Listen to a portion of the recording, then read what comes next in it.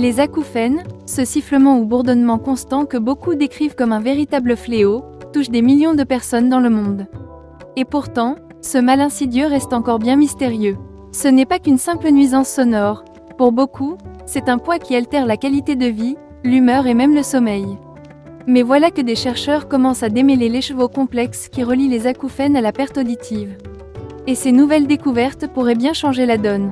Selon un récent article du magazine britannique New Scientist, les avancées dans la compréhension de ce lien pourraient ouvrir la voie à des traitements efficaces pour ces deux problèmes. Alors, comme tout cela fonctionne-t-il, et pourquoi cela semble si prometteur?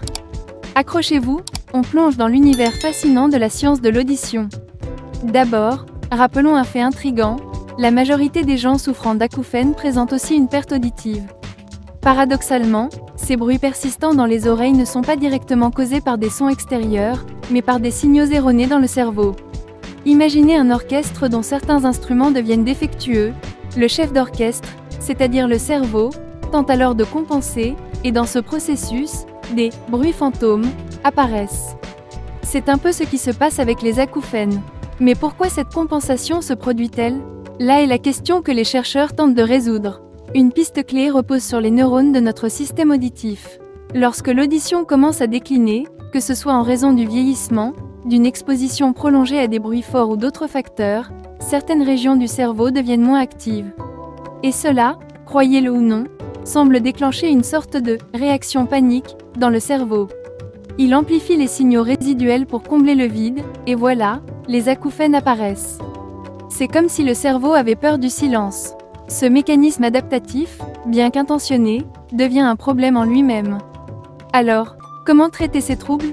Jusqu'à présent, les options étaient limitées et souvent insatisfaisantes. Les thérapies sonores, par exemple, consistent à diffuser des sons apaisants pour masquer les acouphènes. Si elles offrent un soulagement temporaire, elles ne s'attaquent pas à la source du problème. Mais aujourd'hui, les scientifiques espèrent aller plus loin grâce à de nouvelles approches basées sur des technologies avancées. Et c'est là que la science devient vraiment excitante.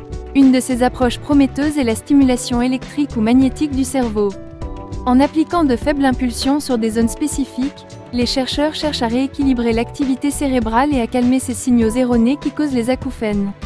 Imaginez une sorte de réinitialisation pour votre système auditif. Des essais cliniques sont déjà en cours, et bien que les résultats soient encore préliminaires, certains patients rapportent une diminution significative, voire une disparition totale de leurs acouphènes. C'est une lueur d'espoir pour des millions de personnes. Mais ce n'est pas tout. Une autre approche, tout aussi fascinante, utilise l'intelligence artificielle pour personnaliser les traitements. Grâce à des algorithmes sophistiqués, il devient possible d'analyser les schémas cérébraux d'une personne et de concevoir des thérapies sur mesure. Par exemple, des sons calibrés précisément pour rééduquer le cerveau. Cela ressemble à de la science-fiction, mais c'est déjà une réalité en laboratoire. Imaginez un monde où une simple séance pourrait apaiser vos acouphènes et améliorer votre audition. Les chercheurs explorent également des solutions pharmacologiques. Des molécules capables de réguler l'activité neuronale dans le cortex auditif sont à l'étude.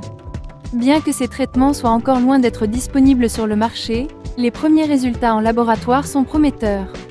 L'idée est de moduler les neurotransmetteurs impliqués dans la transmission des signaux auditifs pour réduire l'hyperactivité associée aux acouphènes. Il y a aussi une prise de conscience grandissante autour de la prévention. Protéger son audition devient plus que jamais une priorité.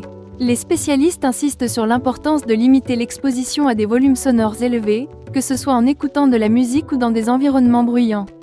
Mais au-delà de la prévention classique, les nouvelles technologies, comme les écouteurs intelligents, permettent désormais de protéger l'audition tout en offrant une expérience audio de qualité. On entre dans une ère où la technologie et la santé s'entrelacent de manière inédite. Tout cela soulève une question essentielle. Que pouvons-nous espérer à court et à long terme? Les experts restent prudents. Si les avancées actuelles offrent des perspectives révolutionnaires, il faudra encore du temps avant que ces traitements soient accessibles au grand public.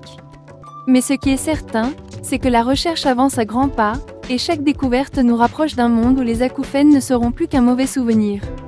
En attendant, des initiatives comme les groupes de soutien et les thérapies cognitivo-comportementales continuent d'aider les personnes à vivre avec leurs symptômes. Ces approches, bien que non curatives, permettent de mieux gérer l'impact émotionnel des acouphènes. Et elles rappellent une vérité fondamentale, comprendre et accepter sa condition est souvent le premier pas vers le mieux-être.